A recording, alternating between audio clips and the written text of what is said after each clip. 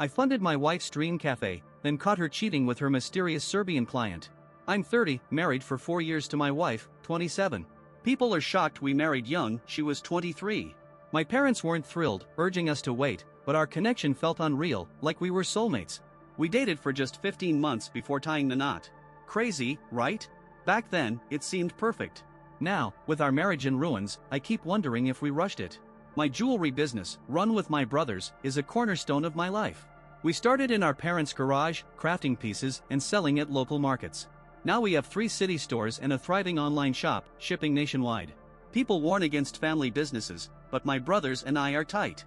Each handles their role, and we've grown without drama, our bonds only stronger. My wife always dreamed of opening a cozy cafe blending her loves, coffee and books. She's a total bookworm. I used to roll my eyes at people who made reading their personality, social media quotes, books everywhere, but now I'm married to one. Life's funny. When she shared her cafe vision, I wanted to make it real. Rent in the upscale area she chose was insane, but I covered it, knowing it'd give her the best shot. It worked, the cafe became a hit, always buzzing with people reading, working, or grabbing coffee. She started a book club and author events. The investment paid off, she was thrilled, and the place thrived. Or so I thought. Things shifted in March. Our marriage was normal: Friday date nights, weekend movies, her sharing quirky cafe customer stories, like writers or students camping out during finals. But then she came home raving about a new regular, describing him in a way that felt off. She kept calling him gorgeous, well-dressed, with a mysterious vibe. We've always been open about finding others attractive, like her noting a cute gym girl or me complimenting her friend, without jealousy, thanks to trust. But her gushing about this guy, Ivan, felt like a lovesick teen. She fixated on his jawline and accent, sounding like one of her romance novels with shirtless dudes on the cover. She once made me read one about a Russian hitman falling for his target in a laundromat, claimed they're well written. Ivan sounded straight out of those pages, brooding, perfect, mysterious. It felt wrong, but I brushed it off. The next day, she couldn't wait to share more. Ivan, a Serbian immigrant, supposedly ran a car dealership back home but moved to the US for better opportunities, classic American dream stuff. He was job hunting at local dealerships while settling in. They'd talked for hours, she said. She's friendly with customers, but this was different. She seemed invested, wanting to help him adjust to America. The more she talked, the weirder it got: his height, blonde hair, magazine-worthy style despite being jobless, his accent, his book tastes. It was like she was writing a novel about his European charm. Her obsession wasn't just friendly, it felt like she was crafting a fantasy hero. I got uneasy but told myself I was overreacting. Weeks later, Ivan updates slowed, which was a relief. Though she mentioned him casually, he was still a regular. I surprised her with lunch at the cafe, partly to see her, partly to scope out this guy. Sure enough, there he was, in a corner with a book, looking exactly as she described: tall, handsome, polished. Things escalated one night when she came home late, glowing like a teen after a first kiss. She said Ivan walked her home. They'd talked for hours about books and life, and he'd sort of asked her out. She told him she was married, he apologized, took her hand, and said goodnight. Her reaction bugged me. She was beaming, like getting hit on was a badge of honor. When I asked why she was so happy, she said, "It's like something from a book." She works 6 days a week, our apartment's blocks from the cafe, and she loved his attention, not setting clear boundaries. I wanted to tell her to make Ivan find another cafe but didn't want to seem jealous or controlling. My ex cheated with a friend co-worker, so maybe I was paranoid, but my gut wouldn't quit. I tried convincing myself it was nothing. She loves me, our marriage is solid, she's just friendly with a like-minded customer. But I kept wondering if he walked her home again. I couldn't tell my brothers, they'd either call me paranoid or confront Ivan themselves. A week later, she came home with a massive bouquet of expensive roses from a high-end florist, humming as she arranged them in our wedding vase. Casually, she said they were from Ivan, who got them for a co-worker's birthday but had extras and gave them to her for working so hard. Who spends that much on extra flowers for a married woman who rejected them? She acted clueless, like it was just friendly, despite his date invite and hand-holding. When I asked if she saw he was into her, she snapped, "Don't be ridiculous," admitting he liked her but calling the flowers a friendly gesture. This from the woman who freaked out when I liked a 5-year-old Instagram post of another girl. Men don't buy pricey bouquets for friends they've hit on, it's a move. Ivan was playing the long game, and her reaction showed it was working. It reminded me of my cousin's marriage. His wife had a friend trainer giving her protein shakes and gear, then moved in with him 6 months later. I saw the same pattern, but she was too caught up in her romance novel fantasy to notice or didn't want to. 2 days later, she was due home at 6:30 p.m. but wasn't there by 7:30 or 8 o'clock. I called twice, no answer. She sometimes stayed late for deliveries or inventory, but my gut screamed trouble. I checked our building's camera, expecting to see her walking up. I even checked her iPhone location, it was off. Dark thoughts hit me. At 8:45, she bounced in, buzzing with energy, not apologizing or explaining, just gushing about her amazing evening. She'd given Ivan a city tour, art museum, then pizza, since he'd never had real American pizza.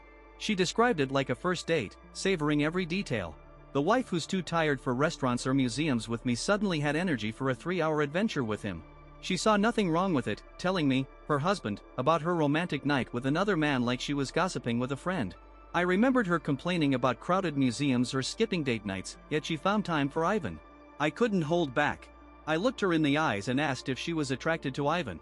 Her face gave it away before she stammered. She got defensive, clutching her chest like I'd accused her of murder, insisting she was just helping a lonely immigrant adjust, comparing it to her grandparents' immigration struggles. She paced the kitchen, moving things aimlessly, avoiding eye contact, her telltale lying signs. I told her to stop seeing Ivan outside the cafe. She looked like I'd told her to stop breathing, calling me insecure, controlling, toxic, and jealous. She brought up her male friends I was fine with ignoring, they were either gay or married, and cried that I didn't trust her, acting shocked I'd think she'd cheat. But I'd noticed her hiding texts from Ivan, placing her phone face down near me. I stayed calm, though I wanted to throw something. I asked how she'd feel if a gorgeous Serbian woman visited my store daily, and I gave her gifts, held her hand, or took her on city tours. She rolled her eyes, said it was different, but couldn't explain how, dragging up a college guy who liked her as if it compared. She claimed she'd be fine if I did the same, her, who made me unfollow an ex from a decade ago and got mad when my cousin hugged me too long at Christmas. Yet I was supposed to be cool with her playing tour guide for a guy clearly hitting on her. I slept on the couch that night. After our fight, she stopped mentioning Ivan, no cute stories, no nothing. She came home on time, and things seemed normal. I thought maybe she listened and set boundaries. My brother noticed I was less tense at work. I started to breathe again. Then, on a random Tuesday, I swung by the cafe for a surprise lunch after closing a big deal. She wasn't there, just her staff. She's always at the cafe, managing everything, never leaving during hours. A worker vaguely said she stepped out. Something told me not to make a scene. I parked across the street, convincing myself it was fine. Then I saw them, my wife and Ivan, arm in arm, laughing like a couple. She leaned into him like she used to with me. Not owner and customer, not friends, lovers. I gripped the steering wheel until my knuckles went white, my world crumbling. Our marriage was likely dead, but I needed proof before acting. Seeing them, I wanted to jump out and deck them both, maybe show Ivan what happens when you mess with a man's wife. I'm not violent, yelling at a ref at my nephew's game is my max, but seeing them so close, I clung to my seat to stay calm. An assault charge would tank our business's reputation. So I watched them walk into the cafe like nothing happened. That day dragged on. I wrote and deleted 50 angry texts. Considered calling my brothers but knew they'd either dismiss it or hunt Ivan down. I thought about calling her parents, who treated me like a son and helped fund the cafe, but stayed quiet. Information is power, right? She didn't know I saw her. That night, she ate the dinner I spent 2 hours cooking, chatting about new coffee blends and a busy day, not mentioning Ivan. The woman who used to share every detail, down to customers' breakfast orders, lied to my face. I realized confronting her now would lead to denials and deleted evidence. I had to play smart. Comments: what would you do in my shoes? Confront her on the spot or hold back like I did? I'm not emotional, so logic says stay cool, but enduring this secretly is brutal. Drop your thoughts below, and let's see what happened next. Update 1, after seeing them arm in arm, I needed hard proof of her affair. I've always hated phone snooping, my ex did it to me, and it sucked, but her lies left me no choice. I'd go crazy otherwise. I waited until she was out cold from her insomnia meds. She'd been weird all day, smiling at her phone, fueling my suspicions. Around midnight, I grabbed her phone. Their WhatsApp chat was right there, she didn't even hide it. They texted constantly, daily. I run our online store, so I know tech. I exported their chat history and sent it to myself, then checked her photos. Dozens of pictures, them at restaurants, parks, museums, places she said she was too busy to visit with me. One was at the fancy Italian place I suggested for our anniversary, she called it too expensive. She slept peacefully while I felt like a creep, though her perfect little affair was about to blow up. I covered my tracks, deleted the export, cleared sent photos, wiped WhatsApp web history. It took 5 minutes but felt like hours. Downstairs, I read everything. It started innocently: books, coffee, his struggles in America, but turned ugly. They discussed a romance novel she recommended, about forbidden love. Soon, they compared themselves to the characters. Ivan made flirty comments about intimate scenes, and my wife, the woman I built a life with for 5 years, bragged about sleeping with him. Explicit messages detailed their meetups, joking about the thrill of cheating. She wrote she didn't regret betraying me, excited by the forbidden romance, like she was living her novels. The woman who cried during our vows turned our marriage into a cheap plot. I couldn't stay in the house. At 2 a.m. in freezing cold, I walked aimlessly, rereading their texts, torturing myself. Back by 3 a.m., I filmed their chat on her phone, scrolling with dates and contacts, for proof. My cousin's divorces taught me incomplete evidence can ruin a case. I recorded everything. The worst wasn't the affair but how they mocked me, laughing as I worked late to fund her cafe while she slept with him, sharing personal secrets I trusted her with. She thought she was in a novel with a happy ending. This isn't that story. I found a divorce lawyer specializing in infidelity. I'm done playing the naive husband. Update 2, final. After weeks of planning with my lawyer, we filed for divorce. I hired a process server, paying extra to serve her papers at the cafe during peak lunch hours. I took a cab and parked across the street to watch. The server walked past her regulars and book club ladies, loudly announcing he was serving divorce papers as he handed them to her behind the counter. Her hands shook so hard she could barely hold the envelope. Her perfect world crumbled. Her book club watched it all. I spent the day at work, feeling great. My brothers noticed my mood. Usually, I'm glued to my phone, but I didn't care about missed calls or pleas. She knew she was caught. Our prenup, insisted on by her parents, had a clear infidelity clause. She gets nothing. That night, she came home a mess, smudged makeup, puffy eyes, snot everywhere, not the confident woman sneaking off with her lover. She kept asking what she did wrong, fishing to see what I knew, cycling through excuses. Was it Ivan? Did someone say something? Was it because I stayed late? I sat silently, knowing I had their texts and 3 backups. I dropped a hint, saying I saw them arm in arm when she was working.